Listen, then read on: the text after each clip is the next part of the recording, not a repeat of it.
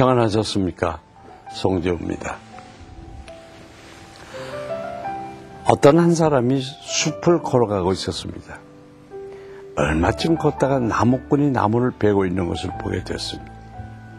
그 나무꾼은 땀을 뻘뻘 흘리면서 열심히 톱질을 하고 있었습니다. 그런데 한참을 봐도 나무는 끄떡도 하지 않는 것이었습니다.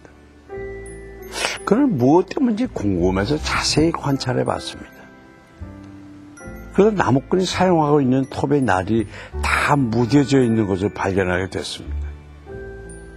그래서 그는 나무꾼에게 이렇게 얘기했습니다. 이봐요, 그 톱날을 날카롭게 손질한 후에 나무를 베면 훨씬 쉽게 벨 수 있을 텐데요. 그래서 나무꾼은 쳐다보지도 않고 손을 내저으면서 대답했습니다. 괜히 말 시키지 말고 저리 가시오. 지금 그럴 틈이 어디 있어? 오늘 이 나무를 다 베어야 해서 정신이 하나도 없구만. 난 지금 너무 바쁘니까. 남의 방해하지 말고 가던 길이나 가시오. 여러분, 무뎌진 톱으로 아무리 열심히 톱질을 해도 효율성이 떨어지겠죠. 혹시 말씀 묵상하실 때 우리의 마음밭이 무뎌진 톱날 같지는 않습니까? 그렇다면 그 무뎌진 톱날을 잠시 내려놓도록 하십시다. 그리고 톱날을 날카롭게 손질하십시다. 말씀에 갈급한 마음, 말씀을 깨달을 수 있는 지혜를 구하는 것입니다. 그렇게 우리의 마음을 새롭게 다잡고 말씀 묵상을 시작해 보도록 하십시다.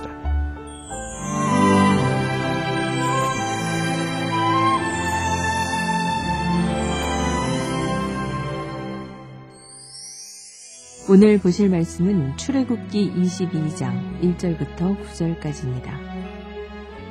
사람이 소나 양을 도둑질하여 잡거나 팔면 그는 소 한 마리에 소 5마리로 갚고 양 한 마리에 양 4마리로 갚을지니라. 도둑이 뚫고 들어오는 것을 보고 그를 쳐 죽이면 피 흘린 죄가 없으나 해 돋은 후에는 피 흘린 죄가 있으리라. 도둑은 반드시 배상할 것이나 배상할 것이 없으면 그 몸을 팔아 그 도둑질한 것을 배상할 것이요. 도둑질한 것이 살아 그의 손에 있으면 소나 나귀나 양을 막론하고 갑절을 배상할지니라. 사람이 밭에서나 포도원에서 짐승을 먹이다가 자기의 짐승을 놓아 남의 밭에서 먹게 하면 자기 밭에 가장 좋은 것과 자기 포도원에 가장 좋은 것으로 배상할지니라. 불이 나서 가시나무에 댕겨 낯가리나 거두지 못한 곡식이나 밭을 태우면 불 놓은 자가 반드시 배상할지니라. 사람이 돈이나 물품을 이웃에게 맡겨 지키게 하였다가 그 이웃집에서 도둑을 맞았는데 그 도둑이 잡히면 갑절을 배상할 것이요. 도둑이 잡히지 아니하면 그 집 주인이 재판장 앞에 가서 자기가 그 이웃의 물품의 손댄 여부에 조사를 받을 것이며 어떤 잃은 물건, 즉 소나 나귀나 양이나 의복이나 또는 다른 잃은 물건에 대하여 어떤 사람이 이르기를 이것이 그것이라 하면 양편이 재판장 앞에 나아갈 것이요. 재판장이 죄 있다고 하는 자가 그 상대편에게 갑절을 배상할지니라. 오늘 본문은 절도 범죄에 대한 율법을 다루고 있습니다. 사람이 소나 양을 도둑질해서 잡거나 팔면 소는 5배, 양은 4배로 갚도록 했습니다. 그러나 아직 팔거나 도살하지 않은 경우는 우발적인 범죄로 보고 2배나 보상하도록 했습니다.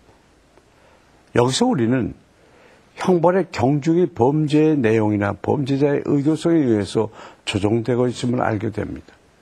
어쨌든 모든 절도는 최소한 2배 이상을 반드시 배상케 함으로써 범죄자로 하여금 다시는 남의 재물을 탐하지 못하게 했고 보상을 받는 자 역시 손해본 것보다 후하게 받음으로 그 사건으로 인해서 이익관계마저 단절되는 폐단을 방지하고 있습니다. 2에서 3절은 정당 방어와 과잉 방어에 대한 규정입니다. 이것은 어떠한 경우라도 인간 생명의 존엄성과 인권이 지켜지게 하려는 것으로 율법의 탁월성을 잘 보여주고 있습니다. 5에서 6절은 실수로 타인의 재산에 손해를 끼친 경우에 최선을 다해 배상하도록 규정하고 있습니다. 특히 6절은 지금껏 유복민이었던 히브리인이 장차 가나안 땅에서 농사를 지을 경우 문화의 차이에 의해서 발생할 수 있는 일에 대한 규정으로 하나님의 법이 실생활에 얼마나 세세하게 미치고 있는지를 잘 보여줍니다. 한편 7절을 보면 맡겨진 물건을 훔쳐간 도둑이 잡히지 않을 경우 일단 그 물건을 맡았던 자는 재판장에 나가서 자신의 정직함을 확인받아야 합니다.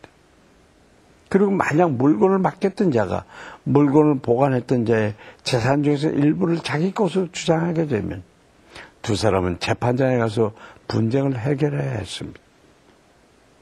그때 그 물건이 원고의 것으로 판명될 경우에는 피고가 원고에게 도둑질에 해당하는 배상을 하여야 합니다. 그런데 만약 그 물건이 피고의 것으로 판명될 경우에는 도리어 원고가 무고죄를 범한 결과가 돼서 피고에게 동일한 배상을 하게 됐습니다. 이것은 상대방을 의심하거나 무고하는 죄가 비록 경제적 손실을 입히지는 않았다 하더라도 마음에 엄청난 상처를 주는 것이므로 도둑질 못지않은 범죄임을 가르쳐주고 있습니다. 우리는 마음의 상처까지 살피시는 하나님처럼 이웃의 마음을 살피고 있는지 돌아보도록 해야겠습니다.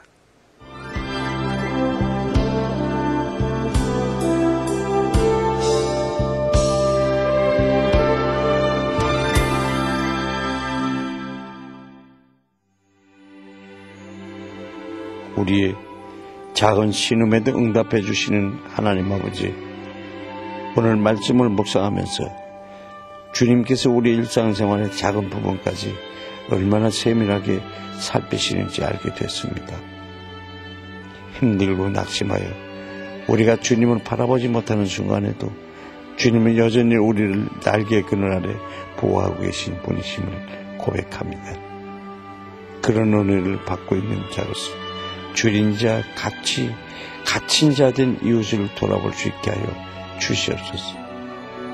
주님의 돌보심을 기억하며 이웃에게 사랑을 전할 수 있는 우리가 되게 하시옵소서.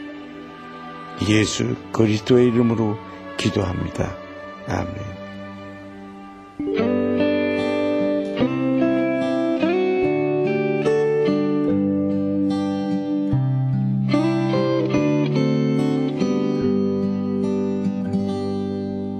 당신 내가 잘 모르지만 당신은 하나님의 자녀.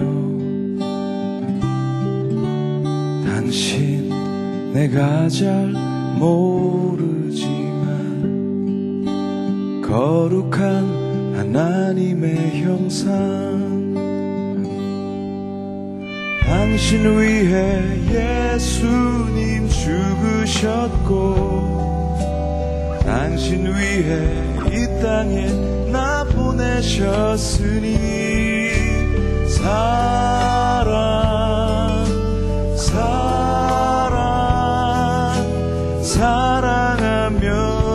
살리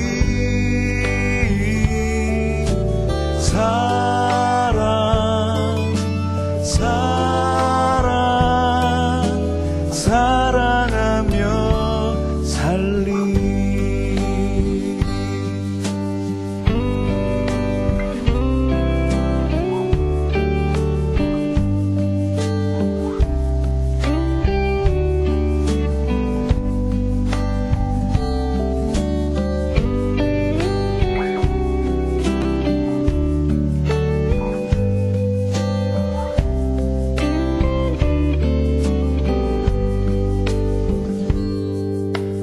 당신 위해 예수님 죽으셨고 당신 위해 이 땅에 나 보내셨으니 사랑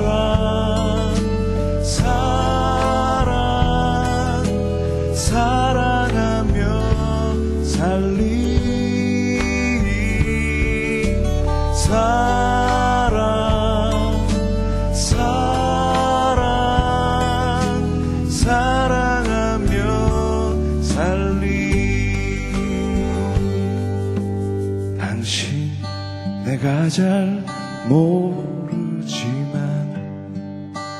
당신은 하나님의 자녀. 당신 내가 잘 모르지만 거룩한 하나님의 형상.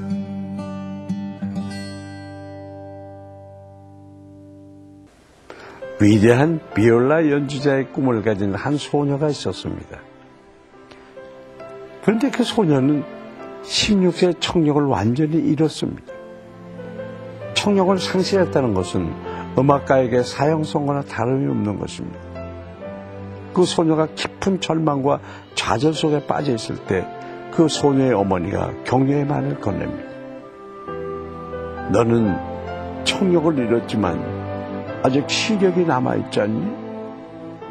사람의 입술을 보고 말을 파악하는 독순술 익히자.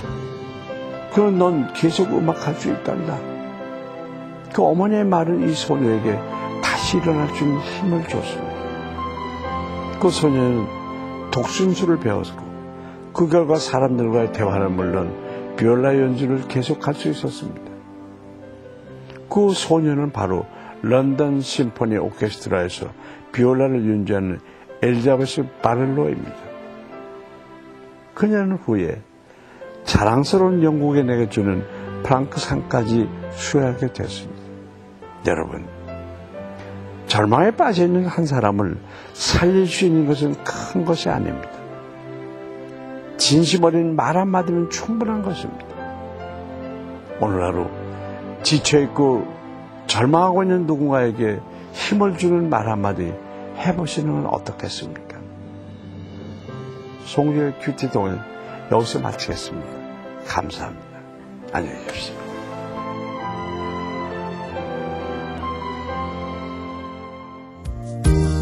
이 프로그램에는 GTM에서 큐티 교재 GT를, 책으로 만나는 성지 순례 답사기 바이블 루트를, 대한기독교협회에서 성경 찬송 합본을, 하늘의 미랄에서 십자가 사랑을, 리브가에서 마늘 참추를, 수아영에서 기초 화장품을 협찬해 주셨습니다.